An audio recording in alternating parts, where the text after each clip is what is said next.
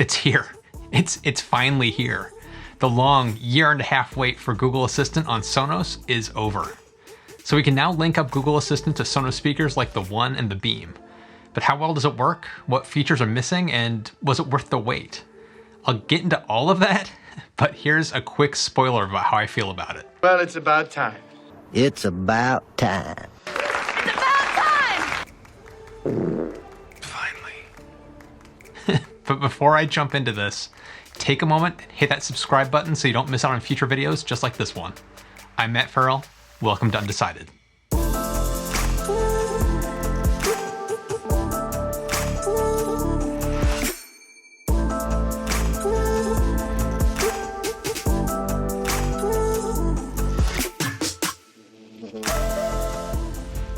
It's been a while since I've talked about the Sonos One speaker. In fact, what's kind of crazy to me is that my Sonos One review video, where I talked at length about Amazon on the speaker, was my second video I ever posted on the channel.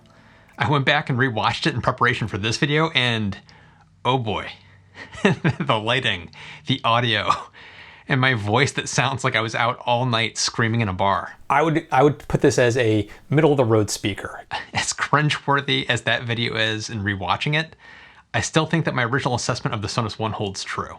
I said it then and I still say it today, but I try my best to keep my smart home devices as cross-platform as I can. And now that Sonos has launched Google Assistant on the Sonos One, it's the perfect platform to give you the option to jump between voice assistants and streaming services if your tastes and opinions change. While Google Assistant on the Sonos is only available in the US right now, it will be coming out in the UK, Germany, Canada, Australia, France, and the Netherlands in July. Sonos has also said more countries are coming after that, but no specifics have been released. And as some of you already seen, I've changed my mind on Alexa recently because of the troubling issues that have been springing up around Amazon. Until Amazon gets its house in better order, I'm going to be using Siri and Google Assistant as my primary voice assistants in my home. And it was like Sonos heard my plea and finally pushed Google Assistant support out a couple of weeks ago. Thank you, Sonos.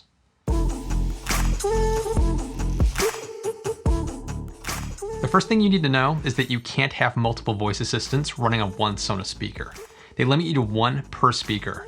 This was a user experience design choice by the Sonos team and not a limitation of the hardware. From a SlashGear article, Sonos has actually been testing the functionality with a group of its beta users since early in the year and found that one assistant per speaker was the most readily understood. To get it set up, you'll need to open up your Sonos app, tap on More, and then Voice Services. Select Google Assistant, add to Sonos, and then choose which speakers you want to use it on.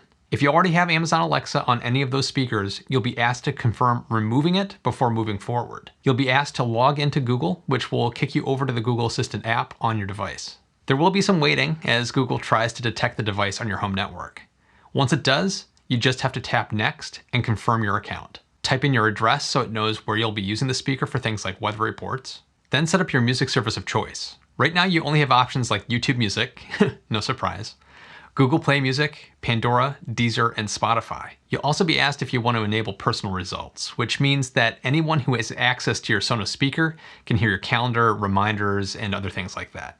If you're concerned about privacy, that's probably something you'll want to leave turned off. One quick note, you'll have to run through this process for each Sonos speaker you want to activate. So if you have a lot of them, have some patience. After that, you'll be shown a list of typical voice commands in both Google Assistant and Sonos apps. At this point, you're off to the races.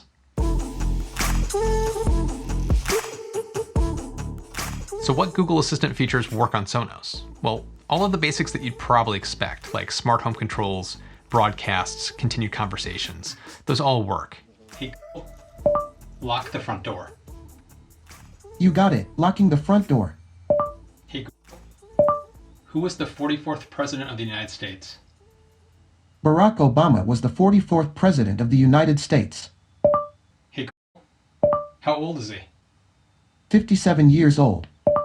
You can control Chromecast devices, so if you have one that's hooked up to your TV with a Sonos Beam, you'll have complete control over the TV experience with Google Assistant. You'll be able to turn the TV on and off through the Beam and control playback of things like Netflix through the Chromecast with just your voice. Any Google Home device, just like the Amazon Echo devices, can control audio playing on any Sonos speaker, including the Play 1, Play 5, Play Bar, and Play Base. You can issue commands to a Google Home Mini like, "Hey Google, play WBUR in the kitchen." Sure, WBUR-FM from TuneIn. Playing on kitchen. When Gabriel was born. Besides YouTube Music, Google Play Music, Pandora, Deezer, and Spotify, you can control music playback from Tidal, TuneIn, and iHeartRadio. You just can't add those to the Google Assistant app, but they do work. Hey Google, play WBUR. WBUR-FM on TuneIn. Support for WBUR's live stream comes from... If you use any other music service, you won't be able to kick off music playback with just your voice. But you will be able to control volume, play, pause, and skip through the tracks. This is something I was already used to with Alexa on Sonos and some of the services that I use. I'd kick off my music or a podcast on my phone, but then use the voice control to pause or skip tracks after that.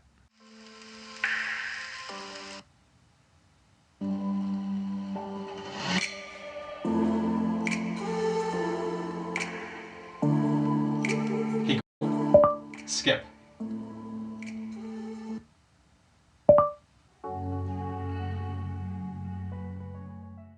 There are a few missing features and oddities worth pointing out. You can't use Sonos speakers for your voice calling and voice match, and you can't make purchases through Google Assistant either. Google Assistant also doesn't know about Sonos speaker groups, so you can't create them or break them apart by voice.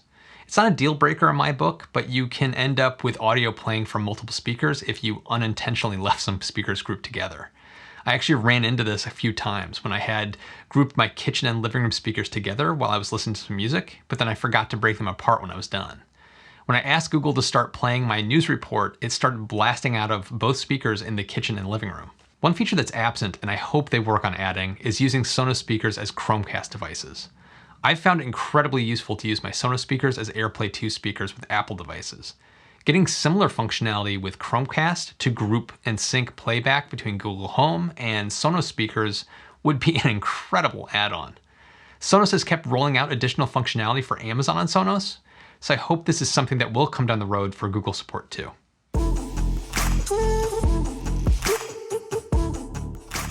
With how quickly things are changing and evolving in voice assistants and smart home technology, I try my best to buy hardware that can adapt and work with multiple services.